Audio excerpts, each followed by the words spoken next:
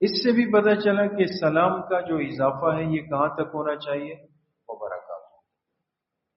یہ دونوں صحیح روایتیں ہیں دوست، بالکل درست روایت.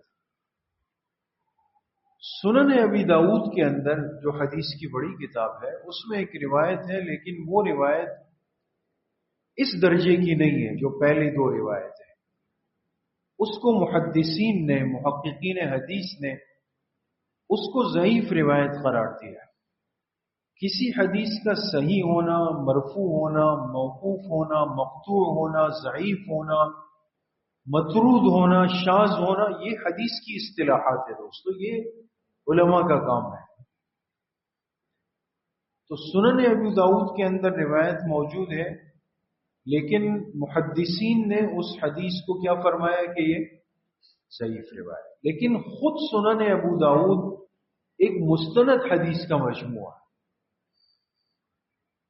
اس میں روایت ہے کہ ایک شخص آیا اور اس نے آپ علیہ الصلوۃ والسلام کے سامنے سلام کیا، السلام علیکم ورحمۃ اللہ وبرکاتہ ومغفرۃ. تو آپ علیہ الصلوۃ والسلام نے جب سنا تو فرمایا کہ 40. کیا فرمایا؟ 40 کے معنی 40 کے. تو اس کا مطلب یہ ہوا کہ ایک مزید لفظ آیا تو آپ نے 10 نیکیوں کا اضافہ کر دیا اور فرمایا کہ بھئی اس کو 40 نیکیاں مل گئیں.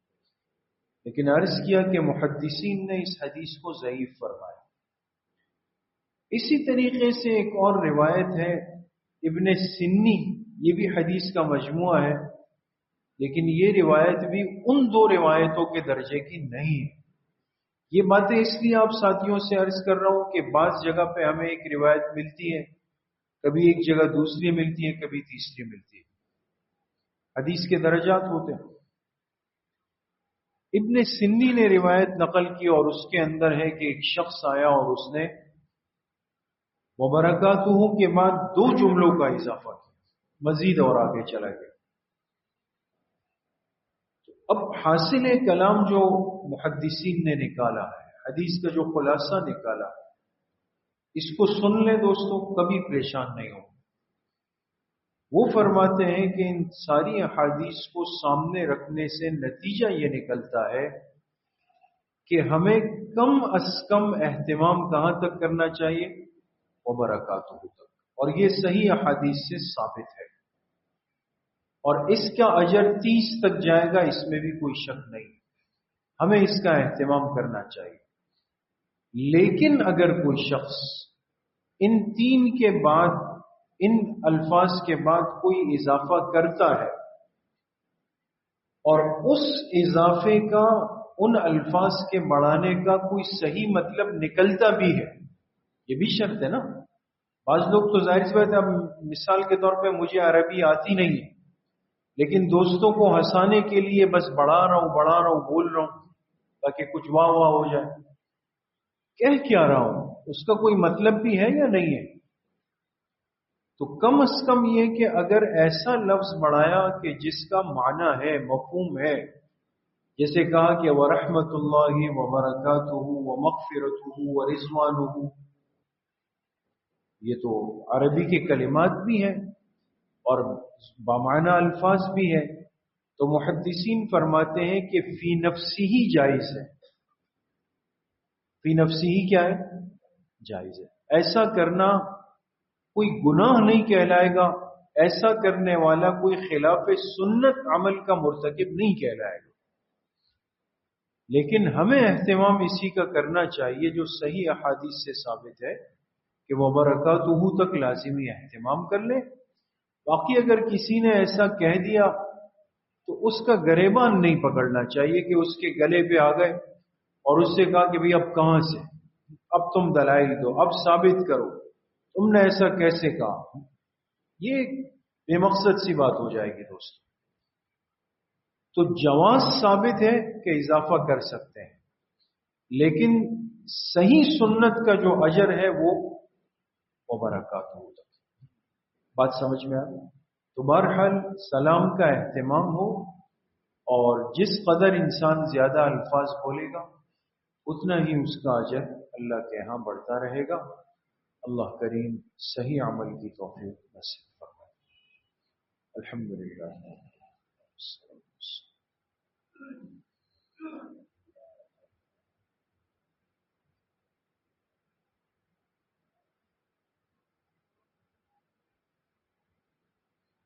وصلى الله وسلم على نبينا محمد وآله وأصحابه أجمعين.